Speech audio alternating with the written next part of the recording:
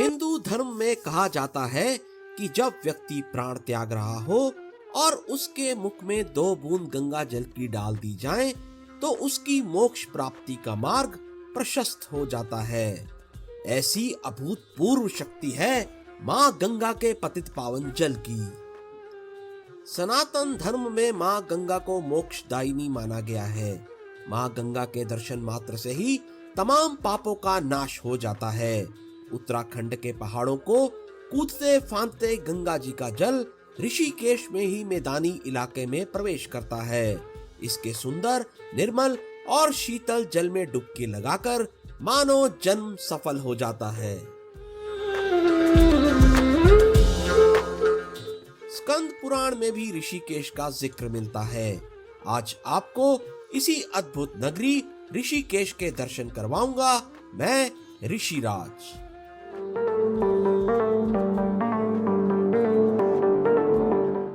ऋषिकेश की अपनी इस यात्रा में आपको दिखाएंगे लक्ष्मण झूला, राम झूला, जानकी सेतु, नीलकंठ महादेव का मंदिर, ऋषिकेश में रोजाना होने वाली गंगा आरती और साथ ही ऋषिकेश का रेलवे स्टेशन, जिसे पिछले ही वर्ष रेलवे ने रेनोवेट किया है। और चर्चा करेंगे रेलवे के लिंक की, जिसमें ऋषिकेश को कर्णप्रयाग से जोड़ा जा रहा है।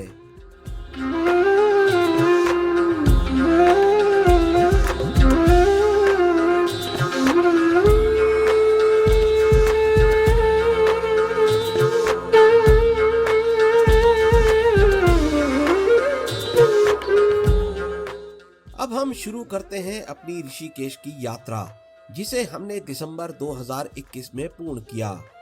अभी सुबह के 6 बजे हैं और हम दिल्ली से बाय रोड निकल पड़े हैं ऋषिकेश की ओर। लो जी, मेरठ एक्सप्रेस होते हुए मात्र 5 घंटों में हम पहुंच गए हैं ऋषिकेश। ऋषिकेश में रहने के लिए हमने चुनाव किया है परमार्थ आश्रम का, क्योंकि हम यहाँ अध्यात्म की खोज में आए हैं। तो रहने के लिए स्ट्रिक्टली नो लग्जरीज और खाना भी बिल्कुल सात्विक।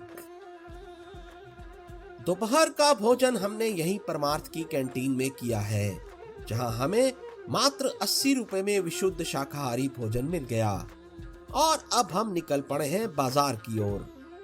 ऋषिकेश के बाजार में आपको कई सारी वस्तुएं मिलती हैं, जिसमें मूर्तियां और रुद्राक्ष की मालाएं प्रसिद्ध हैं।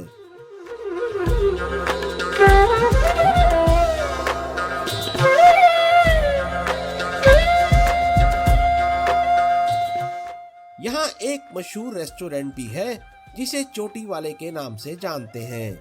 खाना ठीक ठाक ही है, नाम के हिसाब से काम थोड़ा कम लगा। यहाँ आप गर्मा गर्म नान खटाई का स्वाद ले सकते हैं।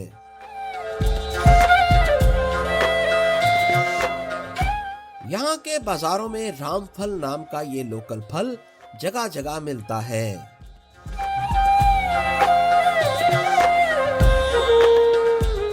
हनुमान जी की ये विशाल प्रतिमा परमार्थ निकेतन के पास प्रतिष्ठित है। यहाँ हनुमान जी के जन्म से लेकर लंका विजय के बाद अयोध्या गमन को बखूबी दिखाया गया है।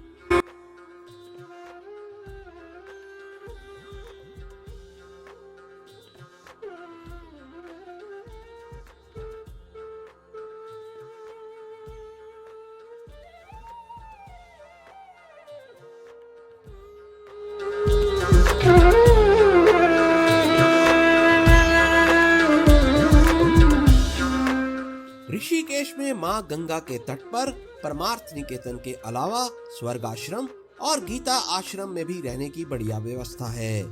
और यहाँ भी 80 से 100 रुपए में आप सात्विक, स्वच्छ एवं स्वादिष्ट खाने का आनंद उठा सकते हैं।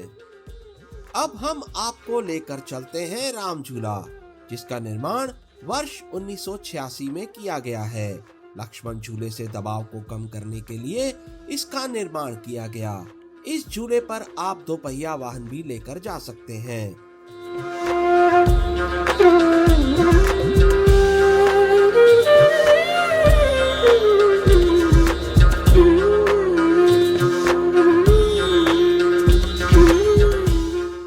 पहले दिन बाजार घूमने और राम झूले से गंगा के नजारे का आनंद लेकर अब हम चल रहे हैं परमार्थ आश्रम, जहां हम सम्मिलित होंगे रोजाना शाम को होने वाली गंगा आरती में।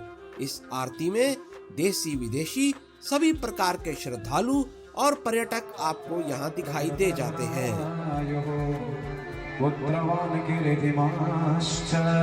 दीक्षादानं तपस्तीर्थं ज्ञानं यागादिका क्रियाः महिम्नस्तव पाठस्य कलां नार्हन्ति षोडशी।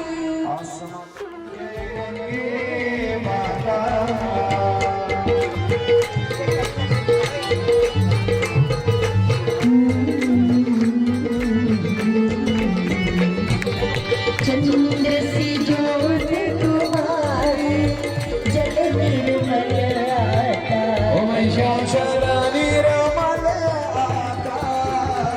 शरण पड़े जो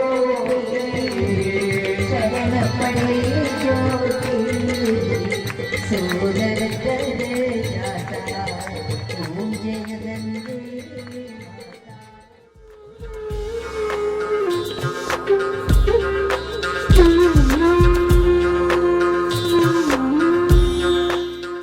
रात्रि विश्राम हमने परमार्थ निकेतन में ही किया। सुबह जैसे ही हम नीलकंठ महादेव के लिए निकले तो इस अद्भुत दृश्य ने हमें मंत्रमुग्ध कर दिया। परमार्थ आश्रम में रोजाना ऐसे वैदिक कर्मकांड होते हैं जो कि ईश्वर से हमारा साक्षात्कार करवाने में सक्षम होते हैं।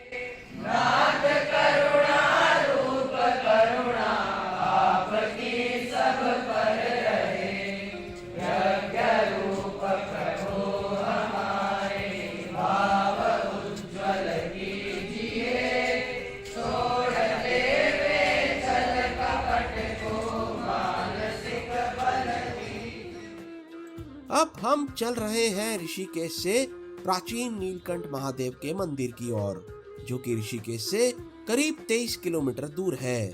यहाँ पहुँचने में करीब 1 से सवा घंटे का समय लगता है।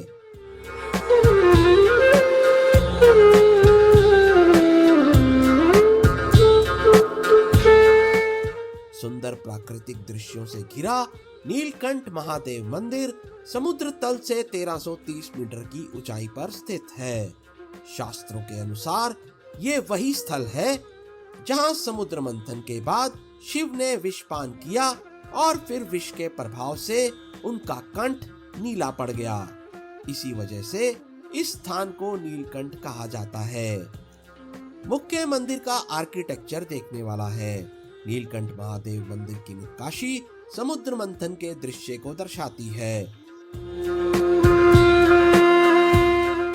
मंदिर के मुख्य गर्भगृह के अंदर भगवान शिव एक शिवलिंग के रूप में विराजमान है। पौराणिक कथा के अनुसार भगवान शिव ने कैलाश पर्वत पर जाने से पहले अपने कंठ के रूप में इस शिवलिंग को स्वयं स्थापित किया था। इसके चारों ओर चांदी की चौकी बनी हुई है।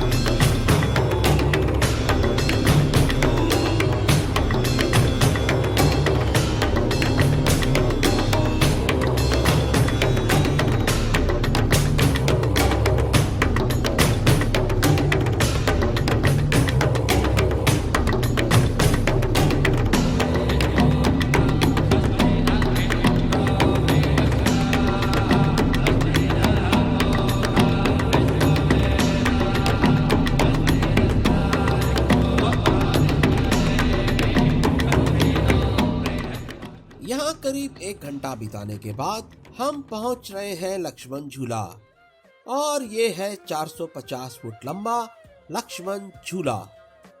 माना जाता है कि यहाँ से कभी प्रभु श्री राम के छोटे भाई लक्ष्मण जी ने जूट की रस्सियों के सहारे गंगा जी को पार किया था, इसीलिए इसका नाम लक्ष्मण झूला रखा गया। पुल के पश्चिमी भाग में लक्ष्मण जी को समर्पित एक मंदिर भी है। कहा जाता है कि वर्ष 1889 में कलकत्ते के एक सेठ सूरजमल ने यहाँ लोहे की तारों से एक मजबूत पुल बनवाया, जो 1924 में आई बाढ़ में बह गया। फिर अंग्रेजी हुकूमत ने वर्ष 1927 में इस पुल का पुनः निर्माण किया। इस पुल से गंगा जी को निहारने का आनंद अलौकिक है, जिसे शब्दों में बयां करना शायद नामुमकिन है। आप स्वयं पधार कर ही इसका अनुभव कर सकते हैं। वर्ष 2020 में ऋषिकेश में एक अन्य सस्पेंशन ब्रिज का निर्माण किया गया है, जिसका नाम जानकी सेतु रखा गया है। 274 मीटर लंबे इस पुल के निर्माण के बाद ऋषिकेश में तीनों पुल श्री राम परिवार को समर्पित किए गए हैं। लक्ष्मण झूला, फिर राम झूला और अब जानकी सेतु। ऋषिकेश में है तो नौकायान का आनंद लेना ना भूलें। यहाँ से माँ गंगा को निहारने का अनुभव अलग ही है।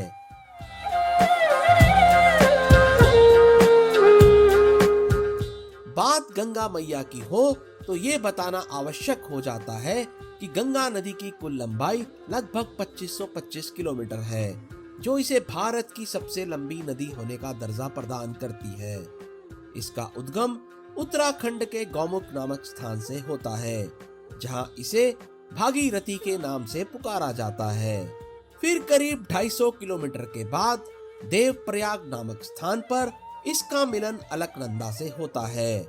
इन दो नदियों के संगम के बाद इस नदी का नाम हो जाता है गंगा, जिसे हम पतित पावनी माँ गंगा के नाम से जानते हैं। देवप्रयाग ऋषिकेश से मात्र 73 किलोमीटर की दूरी पर है। अगर आप भी इस अद्भुत संगम को देखना चाहते हैं तो आप देवप्रयाग का रुख कर सकते हैं। और हाँ, वापसी में आप कोडियाला से राफ्ट लेकर वापसी ऋषिकेश नदी मार्ग से भी आ सकते हैं।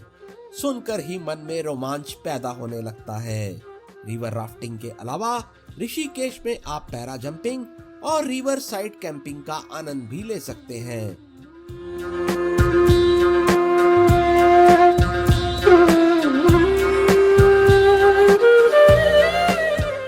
योग के लिए तो यहाँ अंतरराष्ट्रीय स्तर के कई केंद्र हैं। हर वर्ष मार्च के महीने में यहाँ इंटरनेशनल योगा फेस्टिवल मनाया जाता है। ऋषिकेश में मुझे दिखा ये स्थान जहाँ कभी हनुमान प्रसाद पोद्दार रहा करते थे। ये वो शख्सियत हैं जिन्होंने हिंदू धर्म के प्राचीन ग्रंथों, पुराणों और उपनिषदों को जनमानस तक पहुँचाने का काम किया। इन्हें भाई जी के नाम से भी जाना जाता है। हनुमान प्रसाद पोद्दार जी गीता प्रेस के संस्थापक ट्रस्टीज में से एक थे। भाई जी ने कई वर्षों तक गीता प्रेस गोरखपुर की मासिक पत्रिका कल्याण का भी संपादन किया है। कल्याण का लक्ष्य सभी का कल्याण है और गीता प्रेस अभी भी इस अत्यंत लोकप्रिय पत्रिका का मुद्रण कर रहा है। ऋषिकेश आए तो गीता प्रेस की इस दुकान में अवश्य जाएं, जहां अध्यात्म से जुड़ी अनेकों पुस्तकें आपको बहुत सस्ते दाम पर उपलब्ध कराई जाती हैं।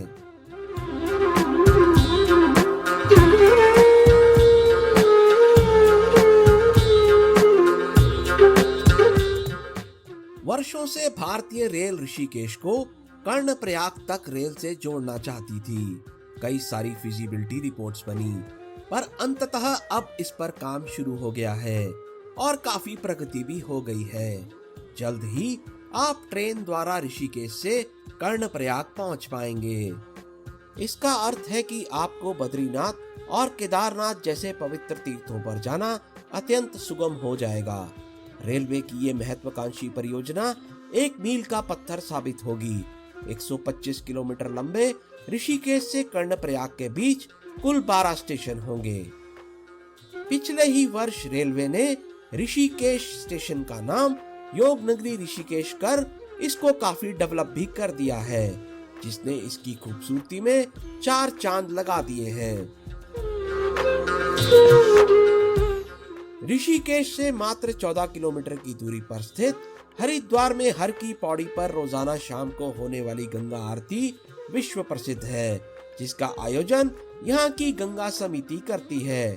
तो आइए इस आरती में शामिल होते हैं और माँ गंगा से प्रार्थना करते हैं कि विश्व को कोरोना महामारी से जल्द मुक्ति प्रदान करें। ओम जय गंगे माता मैया, जय गंगे माता।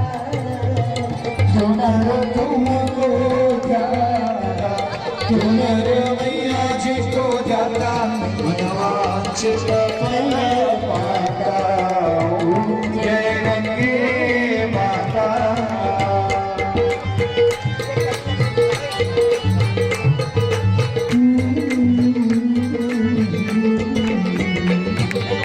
चंद्र सी ज्योत तुम्हारी जल निर्मल आता।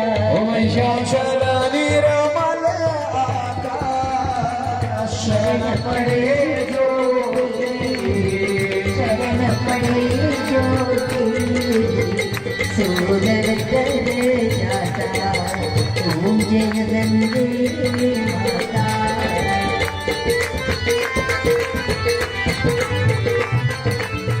अगर आपको मेरा ये वीडियो अच्छा लगा हो तो इसे लाइक करें, अपने दोस्तों के साथ इसे साझा करें और मेरे चैनल एक्सप्लोरिंग इंडिया विद ऋषि को सब्सक्राइब करना ना भूलें।